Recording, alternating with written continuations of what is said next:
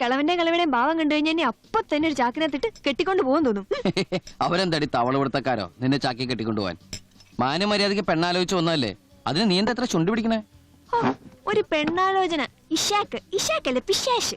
വേറെ ആരും കണ്ടില്ല. I hate it. പണ്ട് തൊട്ടാണ് നോട്ട അസ്ഥാനത്താ. അല്ല, മിനിഞ്ഞാന്ന് വരെ ഇവിടെ തെണ്ടി തിരിഞ്ഞ് നടന്ന ചക്കനാണല്ലോ ഇഷാക്ക്.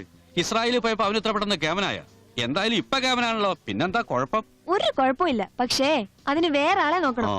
എന്റെ ദൈവമേ, ആ ഇഷാക്കിന് എത്രയും പെട്ടെന്ന് നല്ല ബുദ്ധി തോന്നിപ്പിച്ച് ഈ ശല്യത്തിന്റെ പെട്ടിയെടുത്ത് ഇവിടെ ഇവിടുന്ന് കെട്ടിക്കണേ. ചൂട് ചായ ഇരിക്കണേ. ഉപ്പാപ്പോ, ഇഷാക്ക് ഇവിടെ കെട്ടിയ ഒറ്റയടിക്ക് 2 പാത ഒഴി. ഒന്ന്, ആ പരട്ടക്കളവൻ ഇവളുടെ ഗ്രിഗറി ഗ്രാൻഡ് പാ. പിന്നെ ഇല്ലാത്ത കള്ളക്കണക്ക് എഴുതി ഉപ്പാപ്പാടെ ചുമര് വൃത്തിയേടാക്കുന്ന ഗ്രിഗറി ഗ്രാൻഡ് പായുടെ ഗ്രാൻഡ് ഡോട്ടർ കിർകിറി. അതെ, കണ്ണു പോയാലേ കണ്ണിന് വില അറിയൂ. ഞാൻ പോയ കാശ് ഇടന്നേരം ഇവിടെ വേറൊരു ജെനിഫർ ഉണ്ടാവില്ല. നീ പോയാൽ ഞാൻ ഇന്റർനെറ്റ് വഴി grigri.com കടം ചോദിക്കും. നീ ആ ഗ്രിഗറിയുടെ പോക്കറ്റിൽ നിന്ന്, അയാളുടെ പോക്കറ്റിൽ കോപ്പുണ്ടാവും, നീ ഇഷാക്കിന്റെ പോക്കറ്റിൽ നിന്ന് എന്താ കിട്ടണെന്ന് വെച്ചാ അതെടുത്ത് ഇസ്രായേൽ ഷെയ്ക്കിൽ മാറി ഡോളേഴ്സായിട്ട് അപ്പ പയച്ചെന്നാ മതി. ഇവിടെ പൈസക്ക് ഭയങ്കര ടൈറ്റാടി.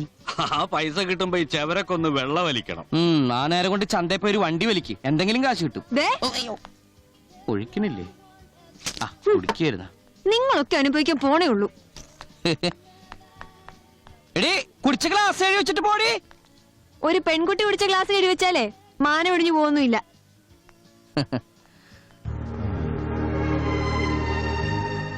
സംഗതി നമ്മൾ കളിയാക്കണ്ടെങ്കിലും കഷ്ടമുള്ള കാര്യം പാവം.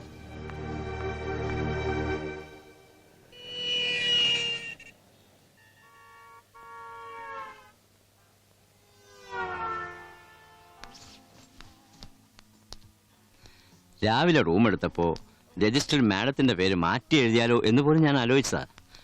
അപ്പോഴേക്ക് ആ റിസപ്ഷനിലെ പെൺകുട്ടി എക്സ്ക്യൂസ് മീ ആര്യാദേവിയല്ലേ മാഡം എന്നും പറഞ്ഞ് തിരിച്ചടഞ്ഞില്ലേ? ആ പെൺകുട്ടിയോട് പ്രത്യേകം പറയണം, നമ്മളിവിടെ താമസിക്കുന്ന കാര്യം ആരും അറിയണ്ടാന്ന്. അനാവശ്യമായ ഫോൺ കോൾസും വിസിറ്റേഴ്സും ഒന്നും വേണ്ട. പൂജ എവിടെ? പൂജ അമ്മ, ഷീസ് വെരി നോട്ടി. നമ്മളിവിടെ ടൂർ വന്നതല്ല, അത് ഓർമ്മ വേണം മോക്ക്. ഐ ആം സോറി അമ്മ. It's okay, come.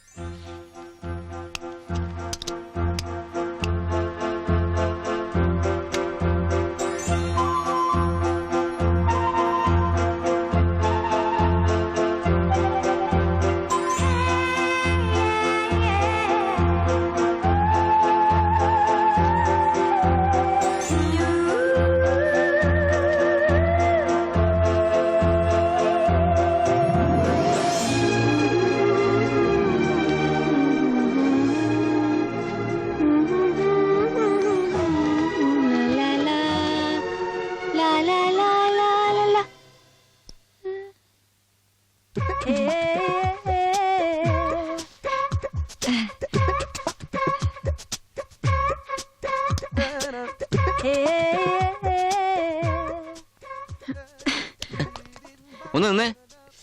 ഇങ്ങനെയാണോ ഈ ഹോട്ടലിലെ രീതി? സോറി, ഞാൻ അറിയാതെ. എന്തോന്നറിയാതെ? ഇതിന്റെ ഉത്തരവാദപ്പെട്ട ഒരാളാന്ന് വെച്ചാ വിളിച്ചേ? അല്ല, ഇവിടുത്തെ സ്റ്റാഫിനും മാനേഴ്സിനും ഡിസിപ്ലിനും ഒന്നും ഇല്ലെന്ന് ചോദിക്കണമല്ലോ. ആ കുട്ടിക്കൊരു അബദ്ധം പറ്റിയതാവും, വിട്ടേക്ക് മാത്തച്ചയാ. ഇതങ്ങനെ വിട്ടാ പറ്റത്തില്ല. ഇന്ന് ഡ്രസ് എടുത്തിട്ടു, ഇക്കണക്കിന് റൂമിലിരിക്കുന്ന തിങ്സിനും ബാഗേജിനും ഒക്കെ എന്താ സെക്യൂരിറ്റി? വിലപിടിപ്പുള്ള ഒരുപാട് സാധനങ്ങളുള്ളതല്ലേ. സർ, ഞങ്ങളൊന്നും അങ്ങനെ ചെയ്യില്ല. ഇതൊരു അബദ്ധം.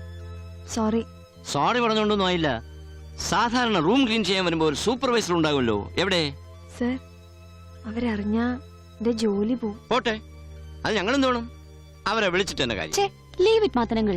അബദ്ധം പറ്റിയാന്ന് ആ കുട്ടി പറഞ്ഞില്ലേ. Don't harass sir. It's okay. എന്താ കുട്ടിയുടെ പേര്? Jennifer. Nice name. Sorry madam. It's okay, കുട്ടി പൊക്കോളൂ.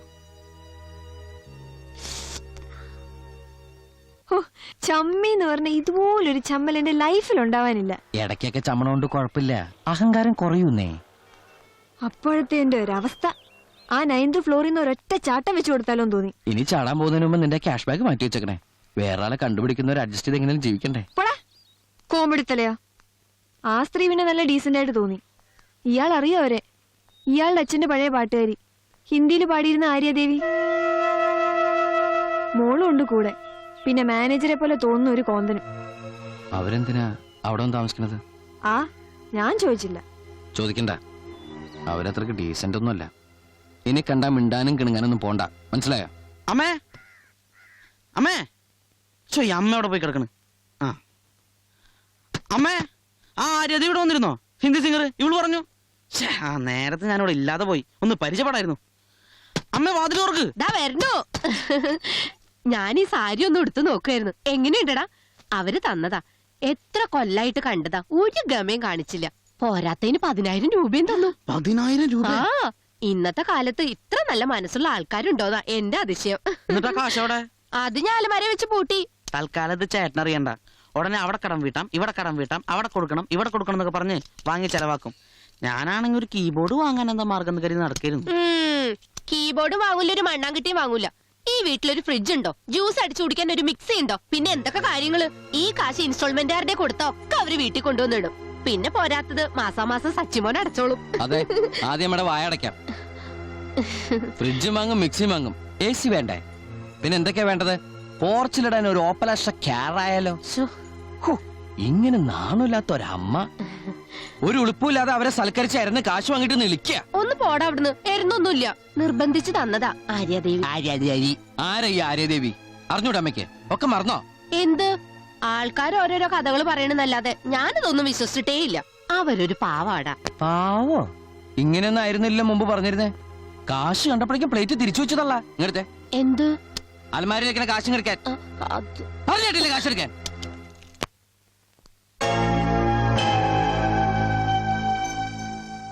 പണ്ട് മുതലേ വലിയ ധർമ്മിഷ്ഠയാണെന്ന് കേട്ടിട്ടുണ്ട്. കുറ്റബോധം കൂടുതലുള്ളവർക്ക് ദാനസ്വഭാവം കൂടും. അതിന് ഈ നാട്ടിൽ ഒരുപാട് മാർഗങ്ങളുണ്ട്. അനാഥാലയത്തിൽ കഞ്ഞിവീഴ്ച നടത്താം, അമ്പലത്തിൽ അന്നദാനം ചെയ്യാം. എന്നിട്ടും തീരാത്ത പാപങ്ങളുണ്ടെങ്കിൽ കെട്ടിയിരിപ്പുള്ള കാശൊക്കെ എടുത്ത് വെണ്ടൂരുത്തി പാലത്തിന്റെ മുകളിൽ നിന്ന് കായലിലേക്ക് ഒഴുക്കാം. റൂമിൽ കയറി ഒന്ന് അനാവശ്യം വരുന്നു. ആരാതാൻ? ഞാൻ ആരാണെന്ന് പറയാം, പക്ഷെ അതിനുമുമ്പ് ഇയാൾ ആരാണാവോ? ആര്യാദേവി അന്തർജനത്തിന് വേലിവെച്ച ബോംബെക്കാരൻ ജീവിച്ചിരിപ്പില്ലാന്ന് കേട്ടിട്ടുണ്ട്. അപ്പൊ പിന്നെ എർത്താ തലയിരിക്കുമ്പോ വാലാട്ടല്ലേ? തനിക്കിപ്പോ എന്താ വേണ്ടത്? പോലീസിനെ വിളിക്കണോ ഞാൻ? ഞാൻ പോടോ. അതെ, ദാ ഇതുപോലൊരു കെട്ട് എന്നിട്ട് ഈ ഹോട്ടലിന്റെ മുകളിൽ നിന്ന് എടുത്തിടാൻ പറഞ്ഞ ചിലപ്പോ അതും ചെയ്യാൻ തയ്യാറായി നടക്കുന്ന ഒരു ശരാശരി ഇന്ത്യൻ പൗരനാ ഞാൻ. അല്ലാതെ പിച്ചക്കാശിന് വേണ്ടി അഭിമാനം വിൽക്കാനൊന്നും ഈ സച്ചിദാനന്ദന് കിട്ടില്ല. അന്ന് ദാദർ റെയിൽവേ സ്റ്റേഷനിൽ നിന്ന് അച്ഛന്റെ ഡെഡ് ബോഡി പോസ്റ്റ്മോർട്ടം ചെയ്യിച്ച് നാട്ടിലേക്ക് അയച്ചു തന്ന ഉപകാരം തന്നെ ധാരാളാ. ഗുരുദക്ഷിണയായിട്ട് രവീന്ദ്രൻ മാഷിനും കുടുംബത്തിനും.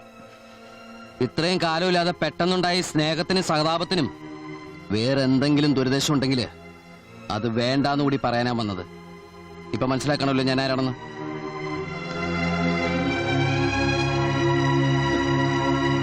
Excuse me, sir. Can you tell me the way to Ernakulam? അതിപ്പോ go this way, Yeah. That way, bus stop. Yeah.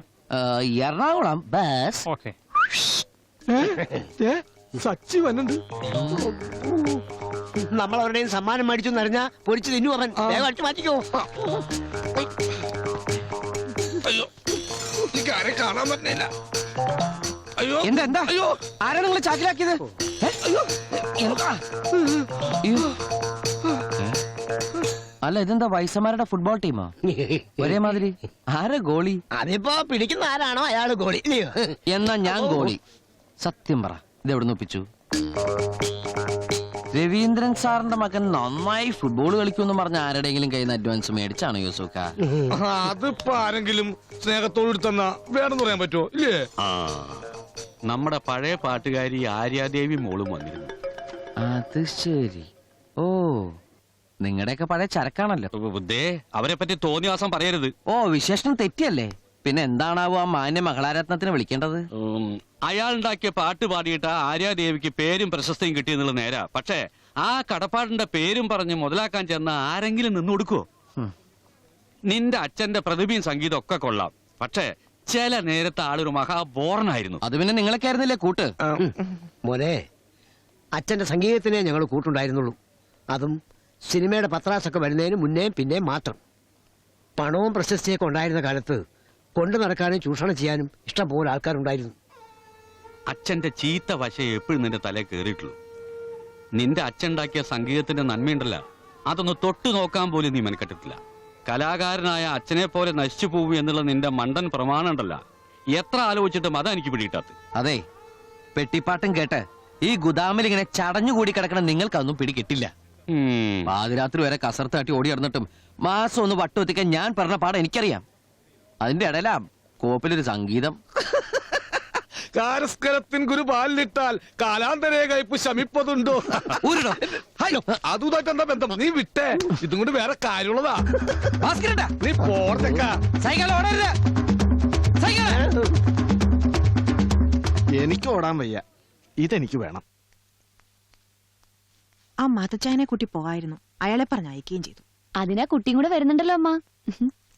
പരിചയമില്ലാത്ത സ്ഥല, പരിചയമില്ലാത്ത ആൾക്കാരും. ഇവിടെ വന്നിട്ടും അമ്മയുടെ ടെൻഷൻ മാറിയിട്ടില്ല. അങ്ങനൊരു അവസ്ഥയിലായിപ്പോയില്ലേ നമ്മള്. Good evening madam. വാ, ഡ്യൂട്ടി കഴിഞ്ഞോ? ഈ ഡ്രസ്സില് യു ലുക്ക് മോർ ക്യൂട്ട്. യൂണിഫോമിലും നല്ലതാ കേട്ടോ. ജ്യൂസ് കഴിക്കുന്നോ? അയ്യോ വേണ്ട, ഗസ്റ്റിന്റെ കയ്യിൽ നിന്ന് ഒരു ട്രീറ്റും സ്വീകരിക്കരുതെന്നാ ഞങ്ങളുടെ റൂള്. അതിനിപ്പോ ഡ്യൂട്ടിയിലല്ലോ. എന്നാലും വേണ്ട. ഓക്കെ, നമുക്ക് പുറത്തുനിന്ന് കഴിക്കാം. സന്ധ്യയ്ക്ക് മുമ്പേ വീട്ടിലെത്തണായിരുന്നു. എങ്ങോട്ടാ പോണ്ടേ? അങ്ങനെയൊന്നുമില്ല, ഷോപ്പിംഗ് ഒരു പേര്. കൂട്ടത്തില് തന്റെ ഫ്രണ്ടിനെ ഒന്ന് കാണണം. ഇവിടെ ഒന്ന് ഷൈൻ ചെയ്ത് പോയില്ലേ, ആ വകയില് ചെറിയൊരു കട ഉണ്ട്. എന്താ? ഈ കുട്ടിയുടെ ഒരു കാര്യം, അത് പോട്ടെ പൂജ. ഒരു തമാശയില്ലേ അമ്മ? ഇല്ലെങ്കിൽ എനിക്കിന്ന് കിടന്ന് ഉറക്കം വരില്ല. ആ, എവിടെ പോയാലാ തന്റെ ഹീറോയിനെ ഒന്ന് കാണാൻ പറ്റുക? തനിക്കറിയായിരിക്കുമല്ലേ? കടലിൽ മുങ്ങിയ കപ്പലിൽ പോകണ പാർട്ടിയാ. നോക്കാം.